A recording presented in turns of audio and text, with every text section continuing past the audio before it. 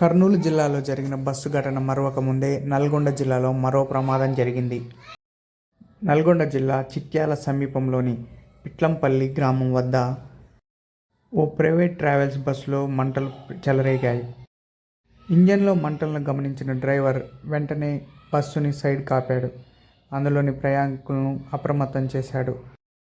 దీంతో ప్రయాణికులు బస్సును పూర్తిగా మంటలు అంటుకునేలోపే అందరూ కిందికి దిగిపోవడంతో ప్రాణనష్టం తప్పింది. విషయం తెలుసుకున్న అగ్నిమాపక సిబ్బంది 2 ఫైర్ ఇంజిన్ సహాయంతో మంటలను అదుపులోకి తెచ్చారు. కానీ అప్పటికే బస్సు పూర్తిగా దగ్ధమైపోయింది. డ్రైవర్ చాకచక్యంగా వ్యవహరించడంతో ప్రాణాలతో బయటపడ్డారు ప్రయాణికులు.